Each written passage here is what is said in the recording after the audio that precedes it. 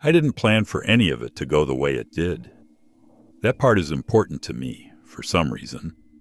Like if I say it enough times, it stops feeling like my fault. My friend Derek had been into urban exploration for about 2 years before he dragged me into it. He was the kind of person who made everything sound reasonable. That was his gift. He'd lay out a plan in this calm, measured voice, and by the time he was done talking, breaking into a condemned building at 11 at night sounded like a perfectly sensible way to spend a Saturday. It was a Thursday in October when he texted me. "Found something good," he said. Just those 3 words. No context. That was also Derek. I called him back. He picked up on the first ring, which meant he'd been waiting.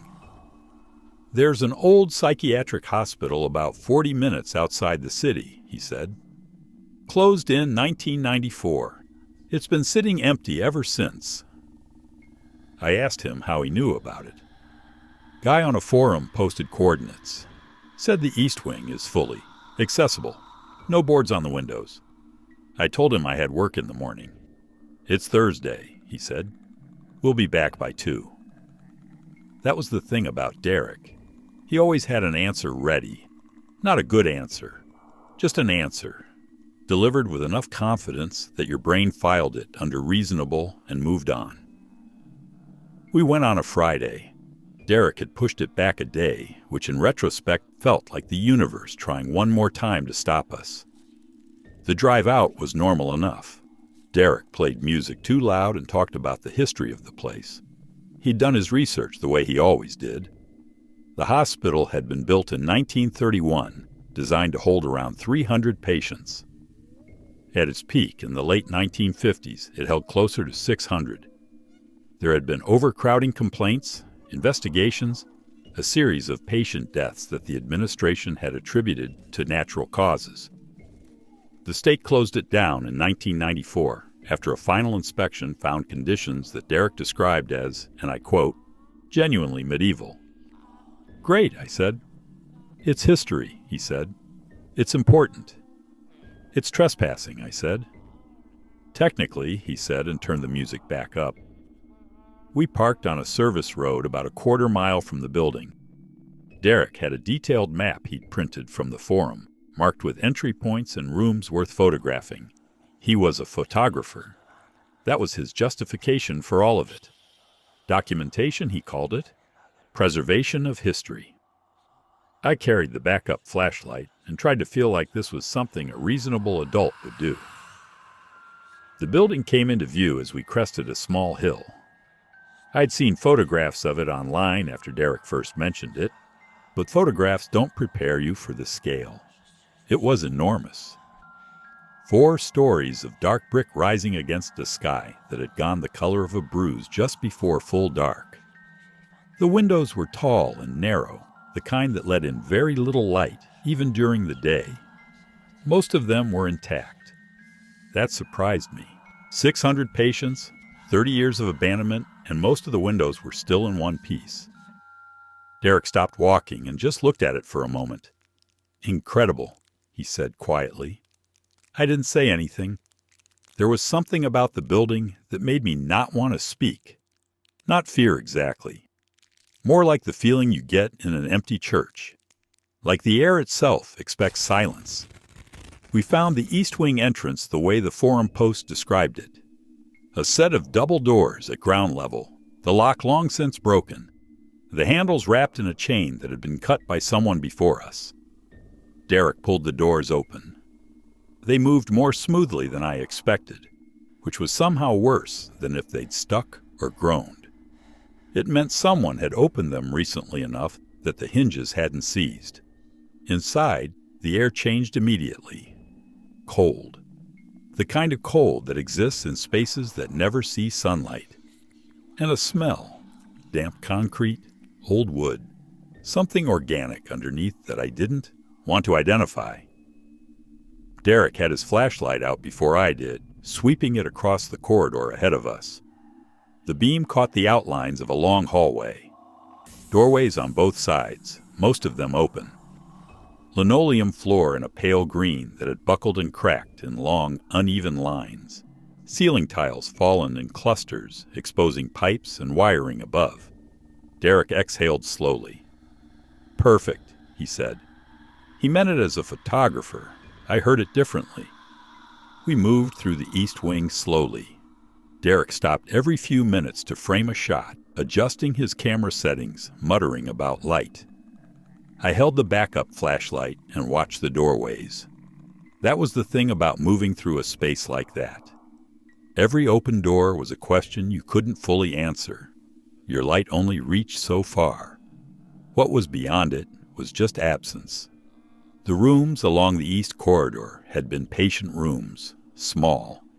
Each one held the remnants of an iron bed frame, bolted to the floor.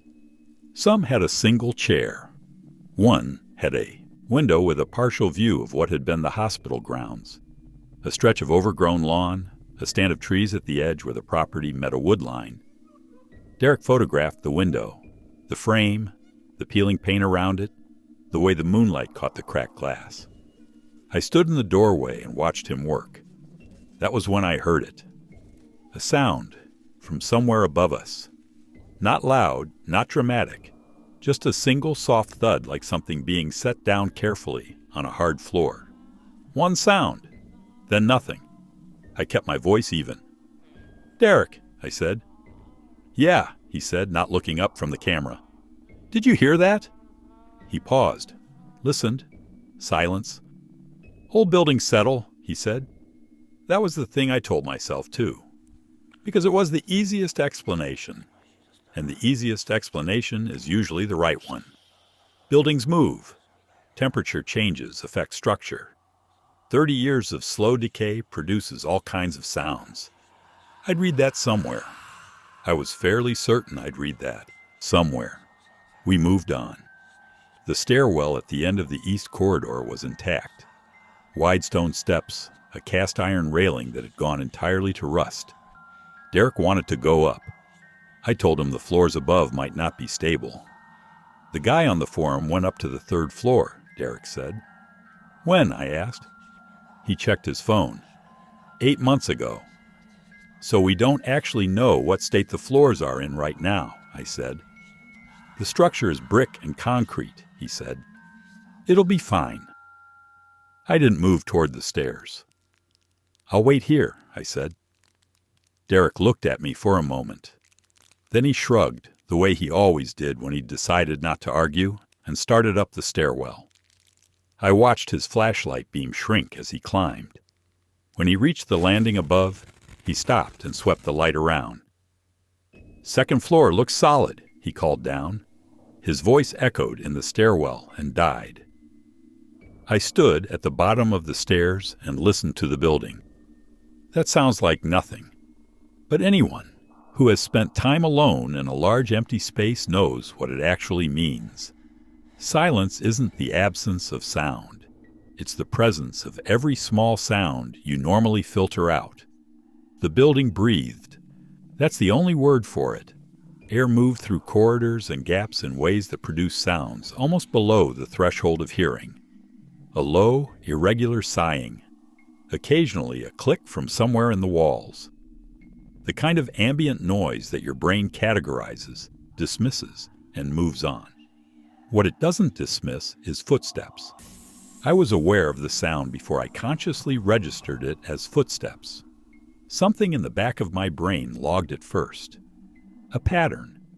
Slow, deliberate, coming from somewhere along the ground floor corridor to my left. Not Derek. Derek was above me. These were at the same level I was standing on. I turned my flashlight toward the corridor. The beam reached about 15 feet before the darkness swallowed it. Nothing in that 15 feet. Open doorways. The buckling. Linoleum. A section of fallen ceiling tile I hadn't noticed on the way in. Silence again.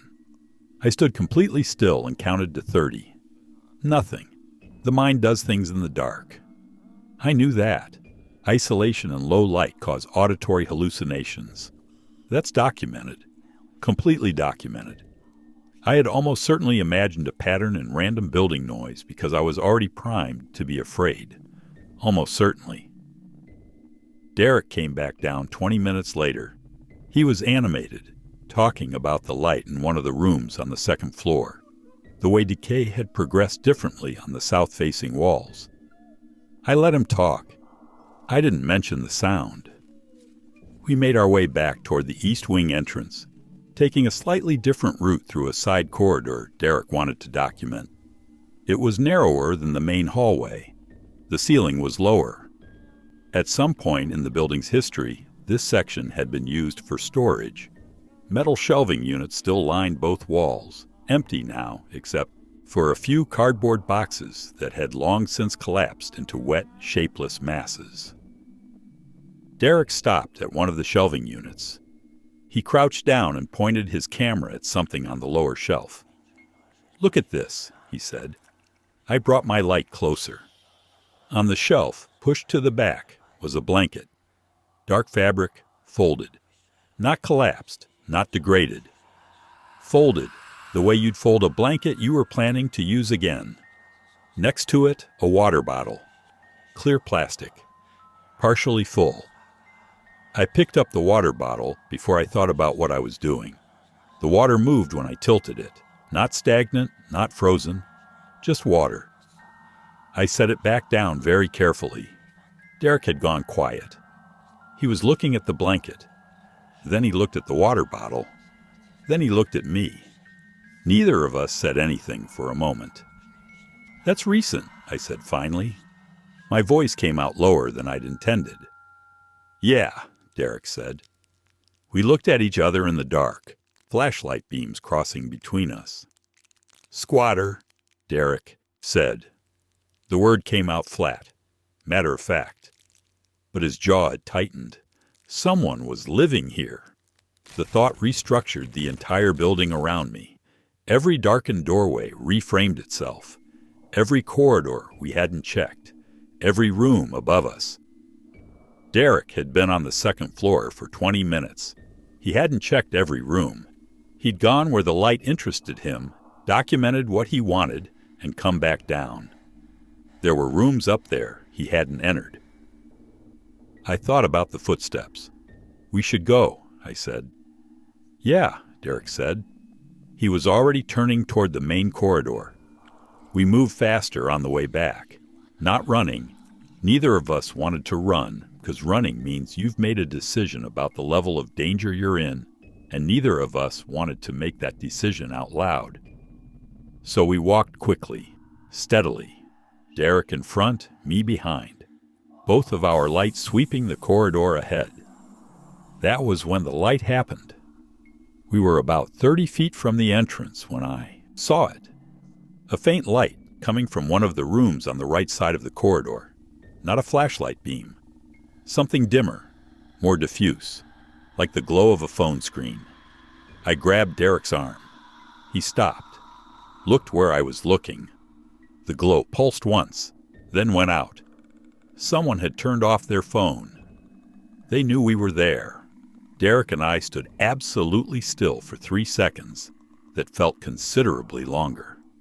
The corridor ahead of us was empty. The entrance doors were visible from where we stood, the faint line of outside air showing at the gap between them. 25 feet away, maybe 30. Derek made a decision. He took my arm and we walked. Not fast, not slow. The kind of walk that says we are leaving on our own terms.